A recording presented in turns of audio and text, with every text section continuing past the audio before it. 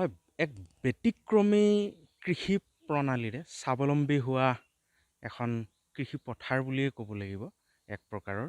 কিন্তু আচলতে ইয়াতে পূৰ্বৰে পৰা তামোল গছ আছিলে। এই তামোল গছৰ মাজতে খুব সুন্দৰভাৱে চকলেট গছৰ খেতি ইয়াতে কৰা হৈছে।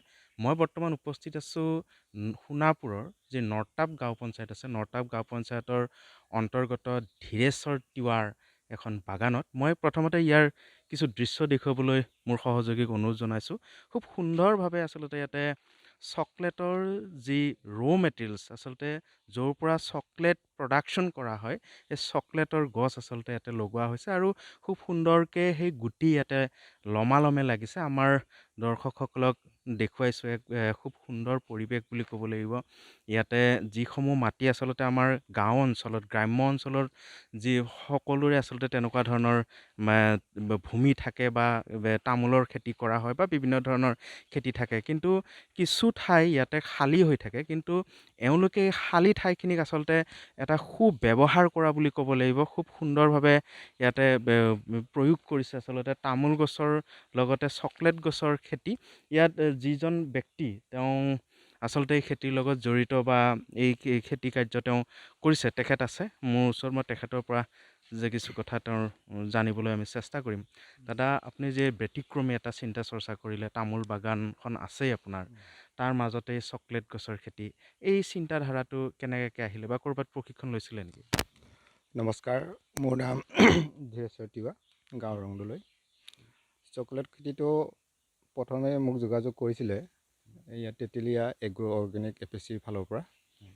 তেতিয়া সিহঁতে কৈছিলে যে তামোল গছৰ তলততো প্ৰায় মানে দেখা পাওঁ খালীয়ে থাকে, তাৰ তলত মানে আণ্ডাৰ ক্ৰপছ বুলি কৈছিলে প্ৰথমে।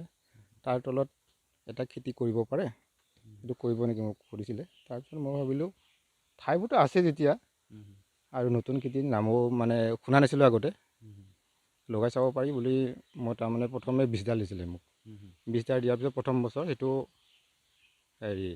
19 চনত আছিলে সেইটো। তাৰপিছত মই 20ডাল লগাৰ পিছত বস্তুটো চিন্তা কৰিলোঁ 20ডালেতো কোনো মানে একো কৰিব নোৱাৰে। তেতিয়া যোগাযোগ কৰি পেলাই মোক ক'লোঁ, মোক পাৰিলে অলপ আকৌ বেছি কৰি দিয়া, মই গোটেইখিনি যত্ন সহকাৰে লগাম। তেতিয়া আৰু নেক্সটত মানে মোক 450 পুলি দিলে। এতিয়া 450 পুলি গোটাই লগালোঁ। কিমানমান মাটিত এতিয়ালৈকে? এতিয়া মানে বৰ্তমান আছে 5 বিঘাত ক'ব লাগিব। 5 বিঘাত চাই লওক এতিয়া যদি ভাল মানে এতিয়াতো লাগিছে বৰ্তমান 2 বছৰৰ পৰা লগা আৰম্ভ কৰিছে। যদি ঠিকমতে যদি বজাৰখন পাওঁ তেতিয়াহ'লে আকৌ বঢ়াবলৈ চেষ্টা কৰিম, আৰু এনেকুৱা খালী ঠাইবোৰ যাতে এনে নাথাকে। এইখিনিতে এটা কথা যে ধৰি লওক এতিয়াৰ যি সমস্যা, ধৰি লওক অৰ্থনৈতিক যি সমস্যা বা নতুন শিক্ষিত যুৱচাম বা যুৱক বা যুৱতী এটা কৰ্মসংস্থানৰ কাৰণে হাহাকাৰ কৰি ফুৰিছে, চাকৰি এটাৰ কাৰণে হাহাকাৰ কৰি ফুৰিছে, নিজকে মানে চেল্ফ ডিপেণ্ড হ'ব পৰা নাই। গতিকে তেনেকুৱা ধৰণৰ যুৱক যুৱতীক উদ্দেশ্যি কি ক'ব বা কেনেকুৱাকৈ? চাওক, মানুহ হ'ল কৰ্মমুখী হ'লে মানুহৰ কোনো অভাৱ নাই, কিন্তু কৰ্মমুখী হ'ব লাগিব। অভাৱ বোলা বস্তুটো যিসকলে খেতিয়কসকলেও টকা পইচাৰ ক'ব গ'লে কোনো অভাৱ নাই, যদি সি মানে কৰ্মী হয় মানুহজন। এতিয়া ধৰক আমাৰ গাঁৱলীয়া ঠাইবোৰ ধান খেতিতে ব্যস্ত থাকে, ধান খেতিৰ পিছত তামোল কেইটামান লগাই দিছে, তাত কিবা কৰিব লাগে নালাগে সেইবোৰ চিন্তা চৰ্চা নকৰে।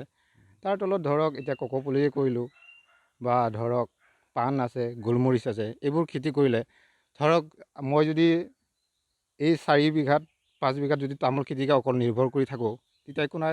ধৰক তাৰ তলত যদি আকৌ মানে ধৰক বিকল্প কিবা চিন্তা কৰিলে খালী ঠাইখিনিও পূৰা হ'ল। আপোনাৰ ধৰক মই এটা মানে উদাহৰণ এটা দিছোঁ, ধৰক বছৰত যদি 5 বিঘাৰ ঠাইত যদি তামোলখন 1.5 লাখ টকা দিয়ে, চকলেট কৰোঁ যদি মানে ধৰক বা 2 লাখ 1.5 লাখ টকা দিয়ে, তেতিয়া এইটো ডাবল হৈ গ'ল। এতিয়া মাটিখিনিও বেলেগ নাথাকিলে তাৰে লগত আপুনি পাণ দিয়ক, গোলমৰিচ দিয়ক, প্ৰতিটো জোপাত 5 দিয়ক, আপুনি হিচাপ কৰক 400 পুলিত যদি আপোনাৰ 500 টকাকৈ বছৰত দিয়ে, তেতিয়া 2 লাখ টকা আহি আছে। চকলেটৰ কথা কৈছোঁ। তদ্ৰূপ মানে ধৰক গোলমৰিচ আছে, পাণ আছে, সেইবোৰ যদি দিয়ে কম মাটিটো মানে ধুনীয়া কৰি মানে এজন হয়। মানে পৰিয়ালে ধুনীয়াকৈ চলি খাব পাৰে। আচলতে খুব সুন্দৰ কথা তেখেতে কৈছে। আচলতে যদি খুব প্ৰণালীবদ্ধভাৱে যিকোনো খেতি যদি কৰা হয়, কম মাটিতে আচলতে অধিক উৎপাদন কৰিব পাৰি বা লাভজনকো হ'ব পাৰি। খুব সুন্দৰ এটা তেওঁ উদাহৰণ দিছে। আৰু এইখিনিতে আৰু এটা কথা আপোনাৰ পৰা জানিব বিচাৰিম। ৰজাঘৰীয়া ফালৰ পৰা, চৰকাৰৰ ফালৰ পৰা কিবা সহায় বা সহযোগ পাইছে নেকি এতিয়ালৈকে? বৰ্তমান সহায় সুযোগ ব্লকৰ পৰা কিছু পাওঁ সুবিধা। এতিয়া ধৰক আমাৰ FSC ফালৰ পৰা যিটো মানে এতিয়া নতুন এটা মানে হেৰি পদ্ধতি চলি আছে, FSC ফালৰ পৰা কৃষিৰ মানে যোগাযোগটো কৰিলে সুবিধাবোৰ দিয়ে। এইটো নিদিয়া বুলি নকওঁ, মানে চৰকাৰৰ ফালৰ পৰা খেতিয়কসকলে যথেষ্ট সহায় কৰে। কিন্তু আমাৰ যোগাযোগটো মানে নাথাকে আমাৰ খেতিয়কসকলৰ, প্ৰথম কথাটো হ'ল। এতিয়া সেইটো যোগাযোগটো মাধ্যমটো ৰখাবৰ কাৰণে FSC মানে চেণ্টাৰ খুলিছে, খেতিয়কৰ এটা মানে কোম্পানী এটা খুলি দিছে। তেখেতসকলক মই যোগাযোগ কৰি আহিছোঁ, কিন্তু মোৰ ফালৰ পৰা মই সহায় পাইছোঁ বুলি ক'ব পাৰোঁ মই। মানে কিছু সংখ্যক পাইছে আৰু। পাইছোঁ। হয়, ক'ব লাগিব আচলতে খুব সুন্দৰ এক পদক্ষেপ ক'ব লাগিব। আচলতে প্ৰায়ভাগ আমাৰ যিসমূহ গ্ৰাম্য অঞ্চল আছে, গ্ৰাম্য অঞ্চলত আচলতে এনেকুৱা ধৰণৰ মাটি বা এনেকুৱা ধৰণৰ জেগা সকলোৰে থাকে। তামোল গছ বা পাণ গছ আছে। তাৰ লগতে তেওঁ খুব এটা ব্যতিক্ৰমী চিন্তা কৰিছে।